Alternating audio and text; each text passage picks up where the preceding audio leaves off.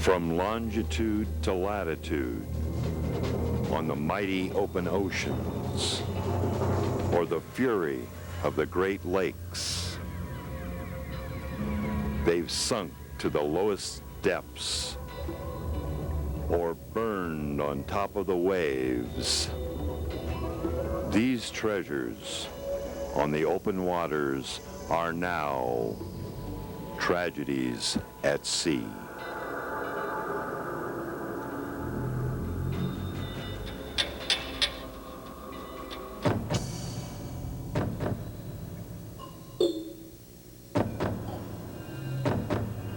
Hundreds of planes and ships enter the Bermuda Triangle, vanish without a trace.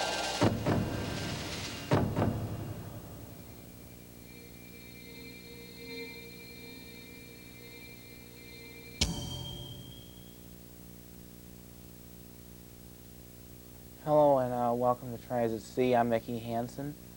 Today we're going to be discussing a mystery that as troubled scientists for years.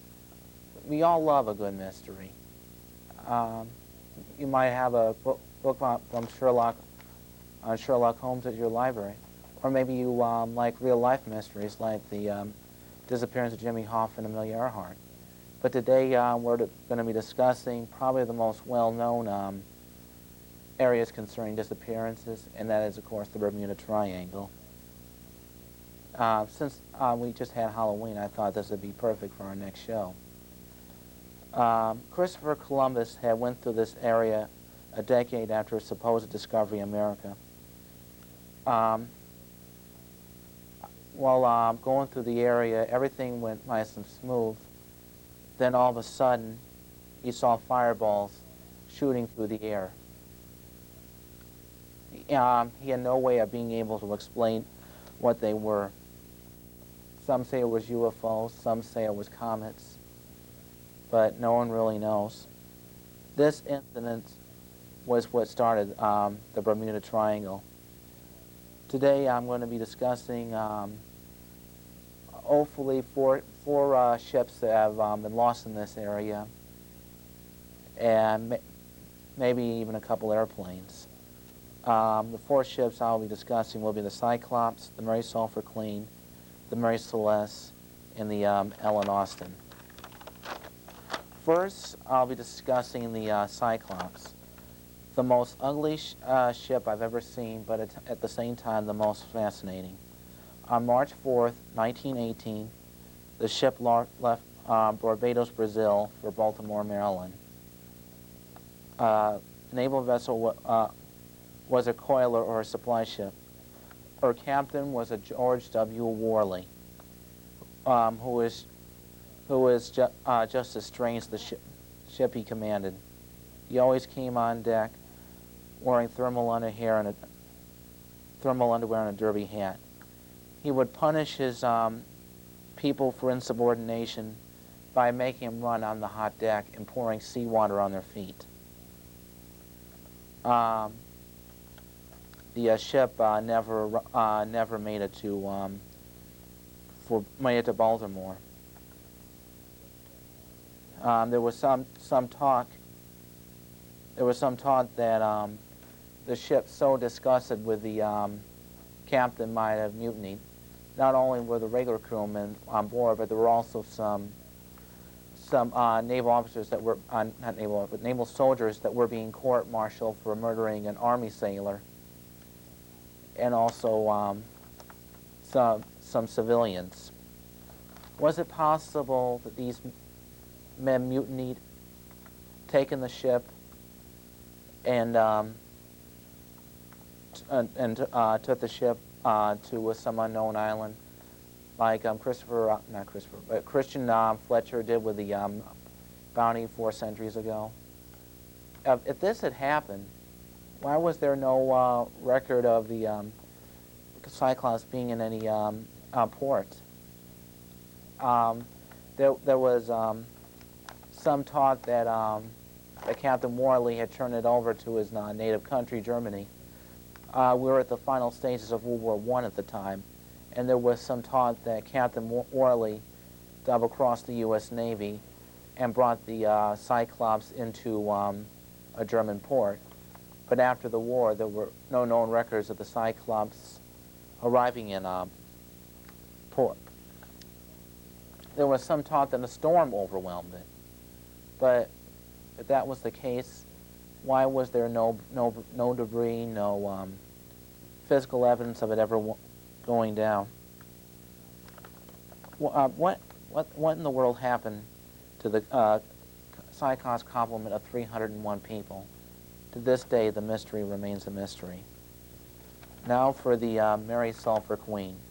On February 2nd, 1963, the 523 T2 tanker set sail for the Gulf of Mexico to arrive in Norfolk, Virginia. She never arrived. Her cargo consisted of molten sulfur maintained at a constant 370 degrees Fahrenheit in her 7,000-ton hold. By February 6th, the vessel was reported missing. For days, there was an intense search on the part of the U.S. Coast Guard. Aside from some life jackets, that weren't even confirmed to be associated with the Mary Sulphur Queen, and part of a board, which ironically landed not far from then President Richard Nixon's vacation home. It had RINE sulfur QU, and it showed some evidence of being singed. So was it possible that the ship might have exploded and sending the ship to the bottom? It was also taught that the Sulphur Queen was also overwhelmed by a storm.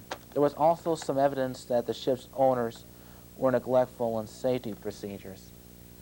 The crew were not well trained in what to do in the event of an accident and had not complied with Coast Guard regulations. Could the sulfur on board have ignited and doomed the ship? These and many other explanations seems to solve the Queen's disappearance. But if so, why was so little debris found? Why wasn't an explosion heard? Why were no bodies found? Just another mystery associated with the Bermuda Triangle. The Mary Celeste, instead of vanishing, was found adrift in the Azores, completely abandoned. Found in 1872 by the Dea Grata, was surprised by the ship's condition. Her cargo was found intact and her sails were set. The food and water were almost untouched, but her 10 people were gone. The sextant was gone, but money, pipes, personal possessions, and even the ship's log were still there. Theories ranged from a mutiny to a supposed threatened explosion.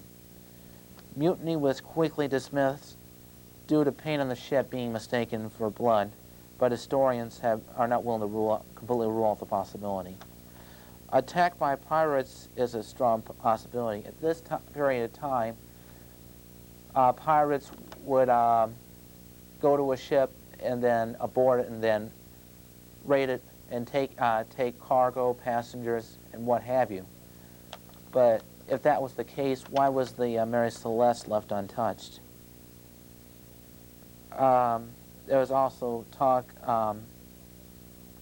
There was also no evidence of struggle being on board the ship, and there was also some talk that a plague hit the ship.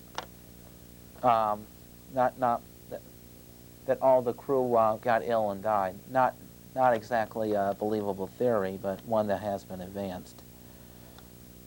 The vessel was later run aground in an attempted insurance scam, but fortunately was not successful. What on earth could have happened? Lloyd's of London, Britain's registry of ships, ruled that a short fire caused by alcohol on board might have frightened the crew, but they were unable to board her.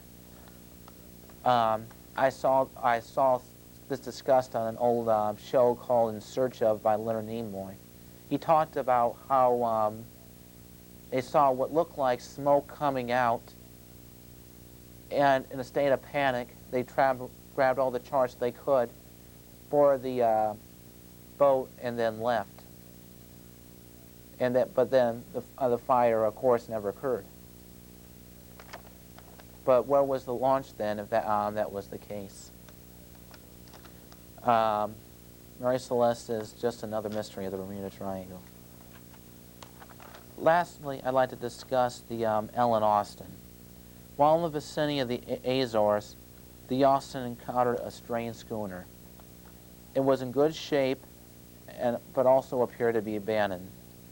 When the captain and the crew boarded, there was no log, no indication of any indication of the ship's name, and there were no reported lost ships in the area. Shocked but happy about his good fortune, the captain left his first mate and some other crewmen in charge of the mysterious vessel. Under maritime law, anything abandoned on the high sea belongs to the person who finds it. So legally, it belonged to the captain of the Austin. The two ships set sail for port. All of a sudden, a storm comes out of nowhere and causes the Austin's days to find the crew's vessel. But after those days, the mysterious vessel was found, but no sign of the crew was found. The log was gone. All the food was all touched, just as though they just simply vanished. The captain tried to get some crewmen to go on board again. Understandably, they're a little hesitant, but through some coaxing, he got them to get into board the schooner, and once again they set sail for port. Everything went smoothly for a few days, and then they encountered another violent storm. This one even worse than the last. Both ships were buffeted for days on end. The storm finally subsided, but the mysterious schooner had completely vanished, along with 1/3 of the Ellen Austin's crew.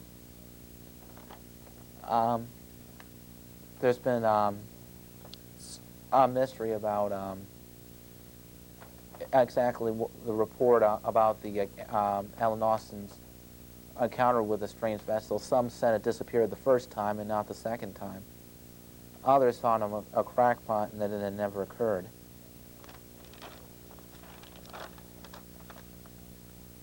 Well, the most notable, most well-known disappearance is, of course, the mysterious Flight 19. 5 Avenger torpedoes that had launched just after World War II. It was a practice run, but one crewman was at a premonition of something bad was coming. He had already logged in his hours, so he wasn't required to go. Now, Avenger planes traditionally have 3 crewmen, 1 pilot, 1 navigator, and 1 gunner. These 5 planes left Fort Lauderdale to do their practice run. They had dropped the dummy bombs as they had planned, but then after turning north, the captain said he was in the 4 Keys. According to a video hosted, narrated by Vincent Price, he had talked about some books he read about how they said, we can't tell west from east, we can't tell up from down, we're completely lost. But a more extended account had said that he thought he was in the Florida Keys when there was a chain of islands just south of Cuba, just north of Cuba, that it looked almost identical to the Florida Keys. So when he saw this group of islands, he thought that he was in the Florida Keys. And when he thought he was turning into Florida, he instead was turning the Atlantic. His crew begged him to go back turn west instead of east like he had been. Finally, he listened to his crew, and they kept going back and forth, west and east, west and east. And then all of a sudden, dead silence. A Maritime flying boat had sent to rescue the Flight 19 crewmen, but this vessel had too mysteriously vanished. But it may not be so mysterious. No sooner had the flying boat launched, some people in the area had heard a large explosion. They believe it was the flying boat. On Unsolved Mysteries, there was some talk about Flight 19 and how one person had developed a theory about what happened to the flight, and he had believed he had found one of the lost Avenger planes. On Unsolved Mysteries, they found what looked like an Avenger plane upside down. It was so badly corroded they had to raise it in two pieces, the front portion first and then the fuselage. But after checking with their records, the plane was definitely not part of Flight 19. Another separate expedition had thought they found 5 airplanes and thought they had conclusively solved the mystery. Again, couldn't be conclusively determined to be Flight 19. So the mystery remains. What other planes doing? Just. Well, I think I'll just go ahead and go with the supposed theories that involve the triangle. They range from plausible to bizarre. There's some talk that the lost city of Atlantis might be in the triangle. For those of you who may not be familiar with this story, Plato discusses a civilization advanced for their time that was submerged by a huge tidal wave. No one is sure whether it's true or not, but as bizarre as this sounds, there's been some talk that a ray beam came out of the city and brought the planes and the ships to their dooms. Not likely, but who knows? And you've heard these shows about alien kidnappings, how I was examined by an alien and all this other stuff. Well, alien kidnappings have been associated a lot with the Bermuda Triangle. How they think the ships and the planes have entered or somehow beamed up like the Starship Enterprise, or was simply went right into the was simply taken up by the alien. Another bizarre theory, I admit, but with the Bermuda Triangle, you can't rule out any theories. One theory I think is more likely is a gas comes out of the this area, causing a big suction. Anything that's in this area is brought right down. On the another possibility that's been advanced was by Christopher Columbus, who believed that large sea monsters would come out of nowhere and bring him down. Now, this is one theory I definitely have reservations about.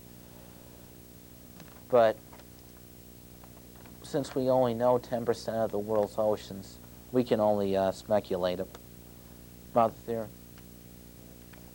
theory. Sea monsters have been around since the 14th century, when people had access to trades, and they want to have exclusive access to those trade routes. So they would come up with these bizarre theories about sea serpents, krakens, and what have you, that would take the ship. And superstitious as they are, end up believing those theories. But I like to point out to people that the supposed giant squid that everybody thought was a myth actually turns out to be real. There's been no known attacks on ships. That is, no undocumented attacks on ships. But again, you never know. What, what else do I want to discuss? Oh yes, the Star Ariel and the Star Tiger were two planes for the British Airways. By ironic twist, they both disappear within 1 year of each other. Star Tiger first, Star Ariel second. And in another weird case, I think it was the mid-'60s, of a DC-3 airplane had was about ready to land just a few days before Christmas. You could hear them sing, "We wish you a Merry Christmas, we wish you a Merry Christmas." But right when they were singing that song, there was dead silence.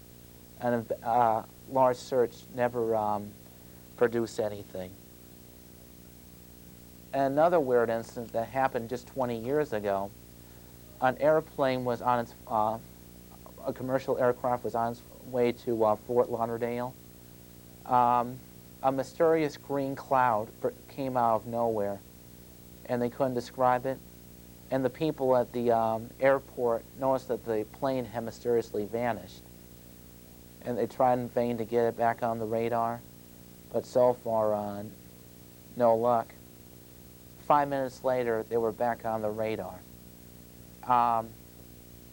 They had landed, but the mysterious thing was, excuse me, I meant disappeared for 10 minutes. I said 5, but it was 10. When they arrived in airport, all their watches were 10 minutes slow. Another mystery for the Bermuda Triangle. There was another thing associated with the foot of the Bermuda Triangle that didn't involve a disappearance. A person was towing a ship to port. It was a fishing vessel. Well, the ship had completely vanished, and yet the rope towing it was still taut, and they couldn't explain it. And finally, they noticed their ship was going to be towed in unless they caught the line, which they did. Another mystery associated with the Bermuda Triangle was what was known as the Philadelphia Project, where they tended to come up with kind of a cloaking device, make a ship turn invisible. Einstein, it was one of Einstein's theories where you could envelop a ship in a magnetic field, it would completely disappear. Well, it was a complete success, and after the magnetic field disappeared, everybody was cheering. But then all of a sudden, the ship disappeared again, and then reappeared with the people having ill effects. Well, I'd like to thank you for watching Tragedies at Sea, and I'd like you to look forward to my next show, which will be on the attack on Pearl Harbor in general, and the USS Arizona in particular. I'm hoping to also have some sailors who were there who lived through the experience. Beginning on the first Thursday of